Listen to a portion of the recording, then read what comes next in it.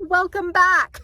It's been a bit. We've missed you. It's felt so good to edit a video, to put together all this content that has been sort of taken in a hodgepodge. If you're new to the channel, welcome. I'm Autumn and I lived for a year and a half out of my converted car camper while traveling across the West. Then, my dog Chloe and I bought a vintage Class C RV to renovate and live in. Subscribe to our channel. It's been an extremely chaotic last 2 months. It all started when we decided to renovate the bathroom. I'm ripping up the floor.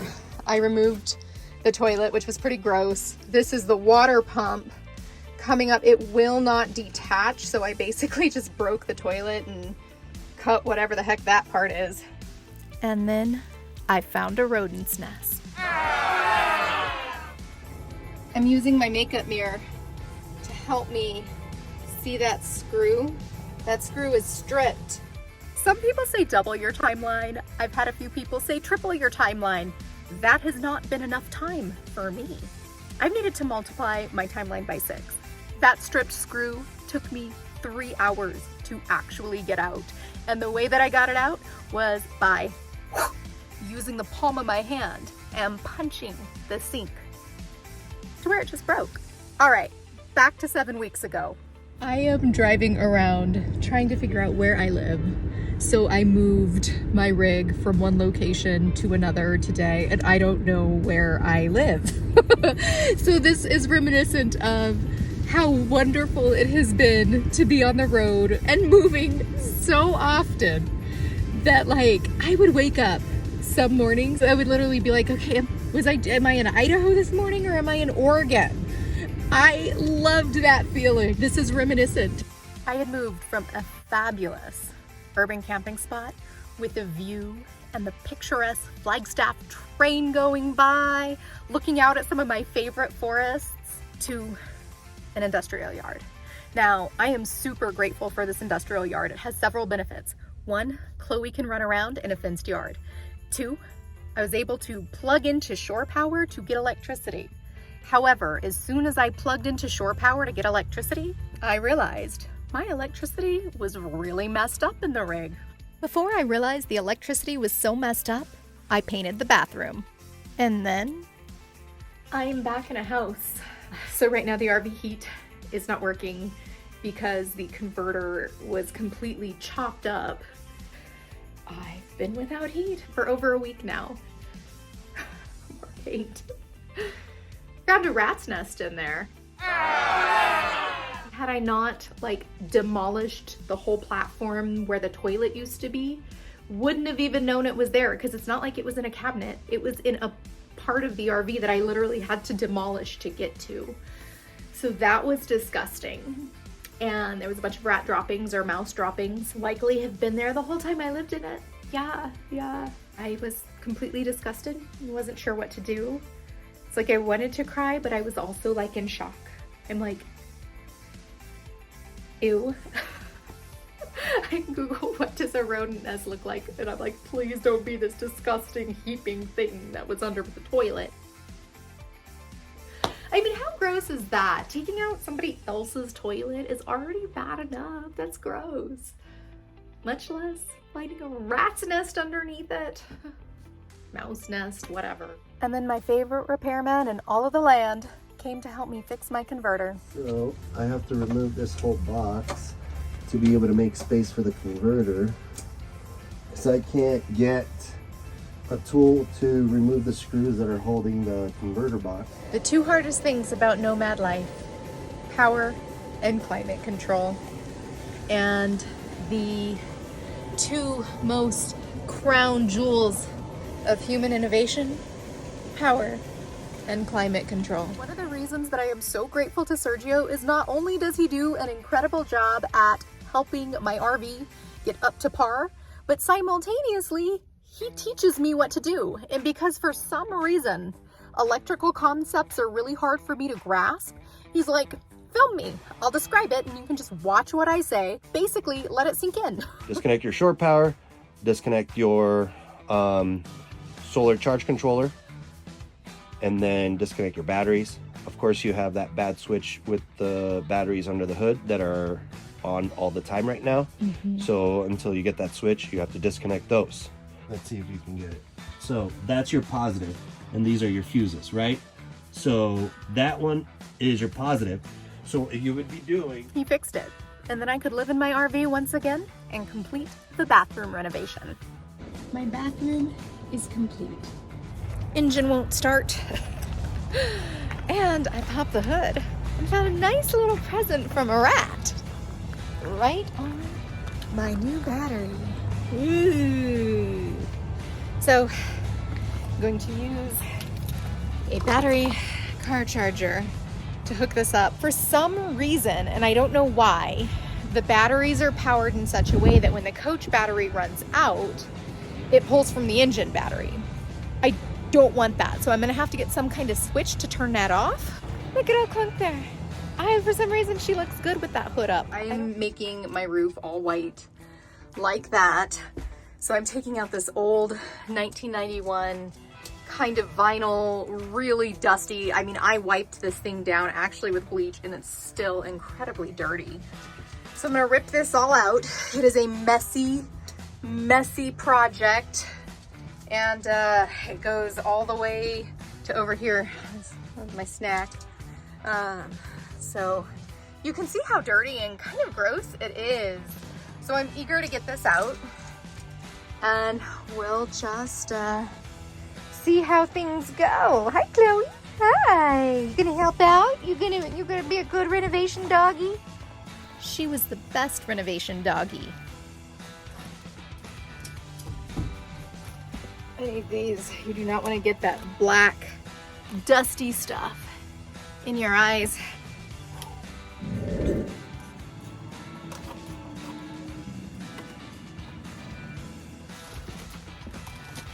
And here I'm telling you that you don't want to get that black, dusty stuff in your hair or your coffee. Once that nasty dustiness was down, it revealed a red ceiling. Well, this massive thing typically is up there. It's really cold. I still did not get to painting or even priming the ceiling. As you can see, renovating when you live in your RV, it's stressful. This is clean compared to how it has been. This is quite messy, eh? So there was a significant amount of like wallpaper water damage around the window. So I am kind of pulling out all of the wood. This fiberglass up top is cracked. I don't know if I'm gonna get a new piece of fiberglass or cover it with some kind of decorative tile. What I'm aiming to do during this part of renovation is clean up as I go because I'm living in here as I renovate and I don't wanna live in that. It's coming along. I removed everything so that I can start sanding. Curious what that's gonna look like when I paint over it. Here goes. I am partially primed. First coat of primer. Okay, truth situation. Renovating an RV is so much more work than I thought. I was really underprepared for how difficult this is. All right, got that done today. This wall painted and working on these and get them partially primed. It's just a giant mess. A giant mess. But we're sleeping in there. That cabinet's off. This is a disaster. That's right. Got my pantry food up there and those cushions up there because I'm using this as a place where it's okay for paint to fall. Look at all the paint on the floor, my goodness. I will be cleaning all of that up with denatured alcohol. It's my pantry. Beautiful. This wall, I am still in the process of figuring out what to do. I'm not quite sure yet. Same with this. Not quite sure what to do with that speaker to come up with some ideas. Showering is important. It's a cold, rainy day. My place looks like this. It like zaps my motivation. Like there's a stagnation that I feel when everything's in this kind of disarray. And it can make it hard to do things that I normally do, because when everything is out of order and out of place, just everything kind of feels more difficult. And so I definitely needed a shower this morning. Like, definitely needed it. And then I was like, oh, it's cold and it's rainy and I don't want to get up and go take a shower. And I forced myself to do it anyway, and I just changed the entire, like, feel and mood and tone of my day by doing that shower. It's worth it to do things that are uncomfortable, even when you really don't want to. Okay, to work we go. I'm so excited to have a big chunk of my weekend to work more on this. I'm grinding, you guys, putting as much time and energy as I reasonably can to this, to get that sense of feeling settled. I don't like feeling unsettled. Here's the in-between. Partially painted, partially primed. Chloe chilling with her mama. I'm getting close to completion, which is exciting. And unfortunately, this was not like a really graceful time in my life. In fact, it was quite stressful. Because the whole place was in the disarray that you've seen, I've chosen takeout and prioritized the RV almost over every aspect of self-care. My bad. There's going to be a major detox after this. I'm so eager for routine. I can't even tell you, I am so excited to have routine in my life. I see it. I see that light at the end of the tunnel. Check out my fancy. I have wore this sweatshirt like 10 days in a row. I have washed it once. Eager for detox, eager for order, eager for routine, eager to focus on my counseling work and getting back to videos. All right. This is part of my workspace. And there's my baby doll. This is getting ready to upholster these cushions. The door spray painted. Chairs. Gotta clean up that floor. Did not use a drop cloth because I found them to be annoying. I just nearly finished my renovation and my roof started leaking. Look at how much water is in there. That's from only like 8 hours. That's it. I think that I know the culprit for that leak, and I think it's a simple window seal. So we shall see once I have a ladder, because it's right in a spot that I can't fling myself over the top of the roof to reach. I will fall off. And I can't stand on the hood of my car. I might fall off. So I need a ladder. In the meantime, that is what I got. I've got a product from our video sponsor, Stoke Voltaics. They were the same sponsor as last video, who featured the Joule electric kettle. And today I get to try out a multi-function camping lamp. Okay, nice and compact, which is always helpful whether you live in a tiny home RV or whether you live in a teeny tiny micro car conversion camper. So it's like a light and a hand warmer. Yes, anything with heat leads me to feel very happy. Ooh, look, you could tell scary camp stories over the campfire. You can have a dance party in your car camper or RV. Ooh, I like this. This is like sort of the ambiance of a fire. No way! Electric dance party. It even looks cool. It looks like a little helicopter, like it could just take off. And then if you just need the straight up flashlight. Oh look, it does the blinking too. If you really needed like SOS, this actually legit could be beneficial. Oh, it has a hook. So you could actually hang this and then have like lighting above you. This is really cool. And to top it off, it has a hand warming function. it can warm your hands. That's a big deal. Anybody who watches any of my videos constantly hears me talk about how important climate control is. The low where I'm living right now has been in the single digits, so I very much appreciate anything that provides extra warmth. Check it out. You could totally get yourself arrested by pretending to be a police officer. Don't do that. Or you could have a dance party. Thank you to Stoke Voltaics for allowing me the opportunity to test out and feature these really cool products. Stoke Voltaics has awesome products. Check out this, check out their Joule electric kettle from the last video. They've got a whole array of camping products. Their link is in the description below. I'm starting to get excited again. I'm getting the car put back together into camping mode instead of construction mode. When I was in the heart of the renovations, I had removed the bed, blankets, and pillows all from my car camper, and I basically used the car to haul construction material. And I missed camping. I was so excited to get to go camping again. And my little doggy Chloe needs to see an eye care specialist in Scottsdale, and it was that time. So I figured, what a perfect time to go car camping again. We escaped the snow and came down to Peoria car camping. Chloe and my first car camping. She literally has been silent up until I film. She will cry when I film. It's what she does. So it's raining in Peoria. I slept great, but I'm also amazed that I did this for a year and a half.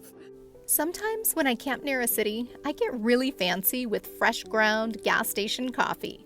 This morning was one of those mornings. That is a really beautiful sky. Wow. And that's a really beautiful doggy. Hi, honey. Hi! My water to drink, reverse osmosis, my toilet paper, my sink, toothbrush, Chloe's eye meds, little things of water, and my paper towels. We've got the Chloe girl. Hi, honey. You look nice and cozy. Those pillows help with insulation. They also are a soft place for Chloe to rest her head. Driver's seat is always clear in case I need to make a quick getaway. We got all our window covers up. Got the fridge down there. This is my basket of just like miscellaneous stuff. Up here, I have all my cords that I need, which are important.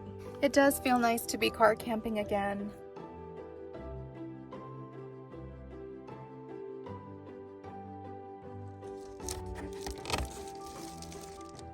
This is the desert. It's the desert.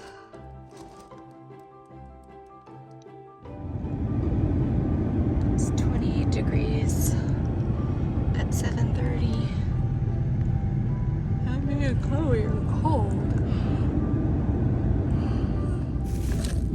And we still marvel that we did this for a year and a half. We got the heat blasting, the car heating up a bit. Don't do that much because of carbon monoxide buildup. Man, it sure is pretty. Oh, my garbage. Let me give Chloe a treat because she's the best doggy ever. There she is. Yeah.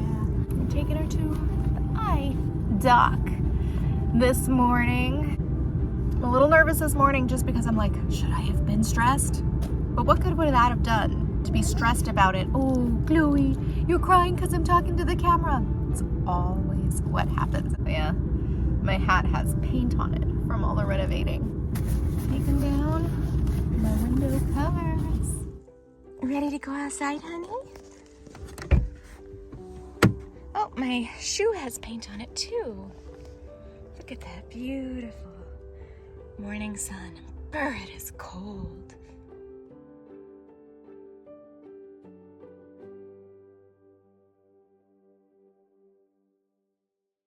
We are at Eye Care for Animals. Chloe is mildly sedated. We have a new sedation medicine because the last time I gave her the sedation medicine, she essentially went paralyzed on her back legs, and I freaked out. I almost took her to the emergency vet until I called her vet, and they're like, oh, that's normal. I'm like, I don't like that. So we tried a new one. She's definitely sedated. Hi, honey. Hi, honey. Little baby. Hi, Chloe. You being calm? We just got back and the water's frozen. What do you say, girl? Should we go on a little tiny day adventure? Let's do it. I've been staying in my camper in the same location for 7 weeks now. This is longer than I've stayed in any one location in nearly 2 years. Even though I'm blessed to have a space to park, I've been feeling stir crazy. I decided to take some small day trips in the car camper with Chloe. Here is the blessed thing about northern Arizona. In just 30 minutes, I can drop from foresty, mountainous terrain into high desert juniper surrounding cinder cone volcanoes.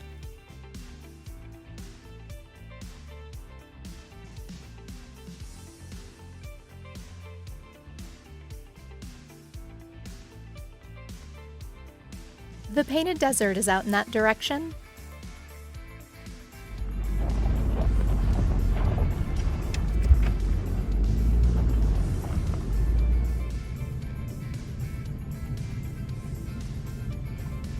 Flagstaff is my hometown, and I grew up on the other side of the mountain. Driving through this neighborhood felt kind of like exploring a new city. Who knew you could feel like that in your own small hometown? I just passed a van for sale on the side of the road. So Chloe and I are going to turn around and go check it out.